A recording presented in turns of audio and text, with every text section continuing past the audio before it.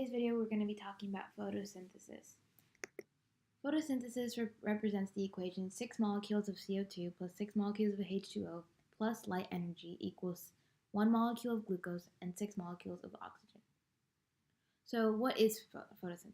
The photosynthesis is a process in which plants and sometimes other organisms convert sunlight into nutrients from carbon dioxide and water, from which you can see in the equation.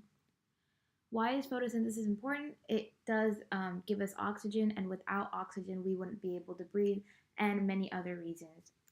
Where does it happen is in the chloroplast of a cell, thylakoid, the inner membrane, outer membrane, and the stroma is.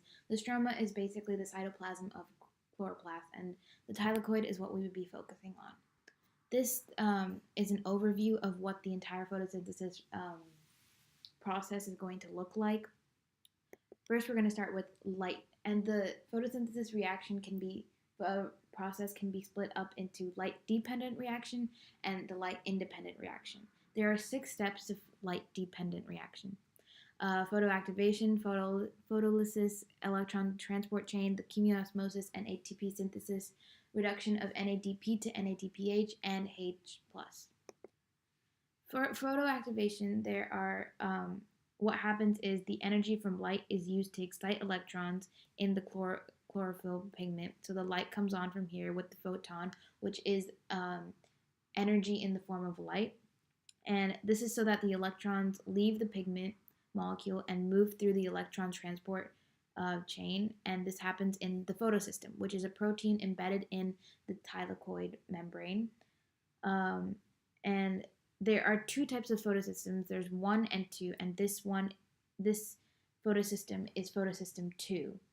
And later on, when we go into light-dependent reactions, we will meet photosystem 1. Photosystem 2 absorbs light at an average wavelength of 680 nanometers, and photosystem 1 absorbs light at an average of wavelength of 700 nanometers. But both photosystems contain many pigments that can help collect light energy. And this is done when light is absorbed by one of many pigments. So when the sun shines on a plant is absorbing the colors, and this happens at the reaction center. An electron in the chlorophyll molecule is energized and moves into the higher level energy level, and the high energy electron is passed to an acceptor molecule in the electron transport chain. So in photolysis, this is the breaking apart of the water molecule using light energy, so photons again, and you can see this here. And this happens to generate electrons and protons. The electrons replace the electrons that the reaction center chlorophyll lost during photoactivation in the photosystem 2 reaction that we just saw, which is what is represented right here. And the protons that which is represented by H+ in these in this image are part of the proton gradient that builds up in the thylakoid lumen. So there are 4 H+ protons that are present there because the electrons are lost, thus making hydrogen just 1 proton on its own. So this would be 4 in total. And this happens at photosystem 2 in the thylakoid again. And this is activated by light energy, and water splits from protons, from H+, electrons, and oxygen. The oxygen is a waste product of this process, as you can see. And the electrons are used to replace those that are lost through photoactivation in the last process. The next part of the light-dependent reaction is the electron transport chain. What happens is an electron from the electron transport chain, or the ETC, is a series of membrane-bound molecules that transfer electrons via redox reactions, both reduction and oxidation. You can remember this using oil rig. Oxidation is losing and reduction is gaining. The electron transfer fuels the pumping of protons, which is the H plus ions, across the membrane. This is done to create a proton gradient and the buildup of proteins in the thylakoid lumen. This will be useful later in the chemiosmosis process, part of the process. This happens again in the thylakoid membrane, and there are two electron transport chains, one for photosystem 2 and the other for photosystem 1. How this is done is the high energy electron from photoactivation travels between the electron transport molecules embedded in the thylakoid membrane, and the movement of the electrons of photosystem 2 drives the pumping of the H plus ions from the stroma into the thylakoid lumen, building the H plus gradient, as you can see here. It goes from the high concentration to low. That is why it does not need energy, which would defeat the whole purpose of the part of this process. The next step is chemiosmosis and ATP synthesis. What happens is the movement of H plus ions down their concentration gradient is also happening at the same time as ATP synthesis. This is to make ATP, which we need in the light independent reaction with the next step of photosynthesis. This happens at ATP synthase right here, this big thing that looks like a pumpkin with a cylinder attached to it, which is an enzyme embedded into the membrane of the thylakoid. And this happens because the H plus ions flow down their gradient from the high concentration to the low concentration from the thylakoid lumen into the stroma through ATP synthase. This ATP synthase which is an enzyme, and this ATP synthase creates ATP by combining ADP with an inorganic phosphate group, which is a phosphate group that is just floating around. The last step of light-dependent reactions is reduction of NADP to NADPH plus and also H plus. What happens in this is the formation of an electron carrier molecule, which is the NADPH, using the electrons from photosystem 1.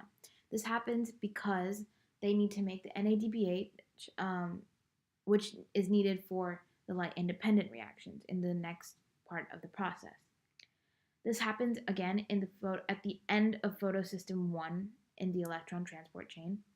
And how this happens is the electrons that were excited out of photosystem 1 reaction center, chlorophyll, are transported between electron carrier molecules and also given to the electron carrier molecule NADP.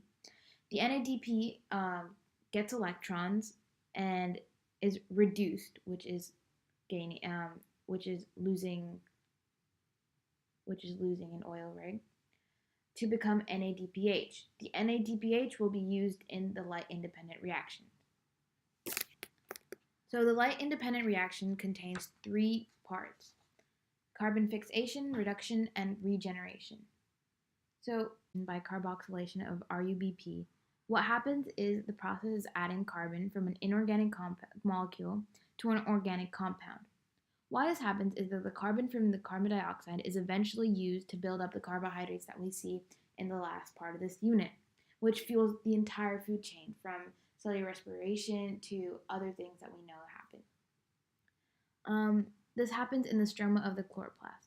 How this happens is that the CO2 enters the plants from the stromata and diffuses into the chloroplast stroma. The CO2 attaches to the RUBP, and the RUBP is a 5-carbon molecule. Because a carbon is added to RUBP, we say it's carboxylated to become a 6-carbon molecule.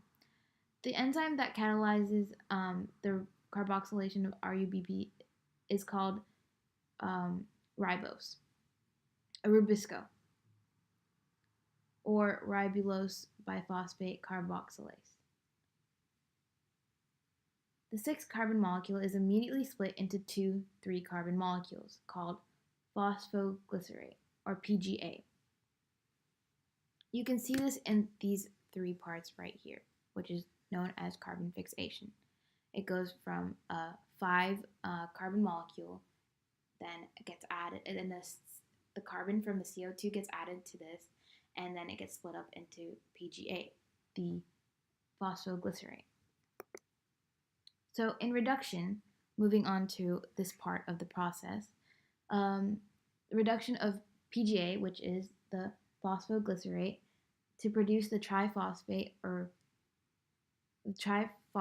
using G3P, using ATP and NADPH as energy sources.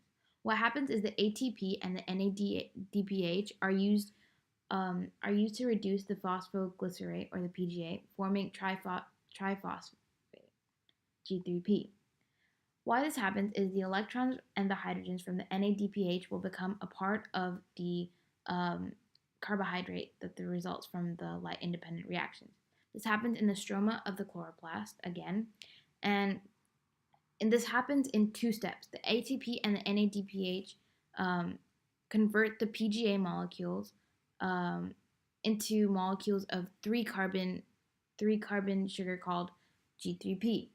One of the G3P molecules out of the 6 G3P go towards making another glucose molecule, and 5 of the G3P molecules are recycled and make sure this process keeps happening, because this is a self-sustaining process. The last part to light-independent reactions is the regeneration of RUBP using ATP energy. What happens is, using the ATP and some of the G3P molecules are recycled to regenerate RUBP molecules. This is because that, again, it's a self-sustaining process, and that regeneration needs to happen in order for carbon fixation to happen again. So the remaining G3P molecules, which we have 5 of, are used to regenerate RUBP, which enables it to happen again. The limiting factors of photosynthesis include the amount of light, wavelength of light, amount of water, amount of CO2, and temperature.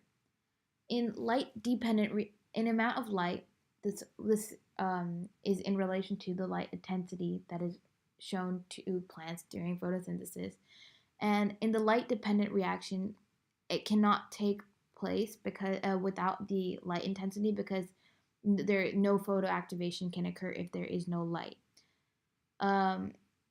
So the electron transport chain won't work, and no NADPH will be formed, and no ATP, which defeats the whole purpose of photosynthesis. The wavelength of lights don't have the right wavelength, so it would peak. It would peak when it's wavelength of either the red pigment or the blue pigment, and not when it's the green pigment, because that would be then it wouldn't be able to absorb the green pigment, because it's likely to reflect green pigment. And the amount of water, there can either be not enough water or too much water, but the rate of photosynthesis plateaus after a certain point when there is enough water, and because the stomata closes and there's no CO2 diffusion, and the transpiration is avoiding dehydration if there is no water, and so no carbon fixation would occur, and no Calvin cycle.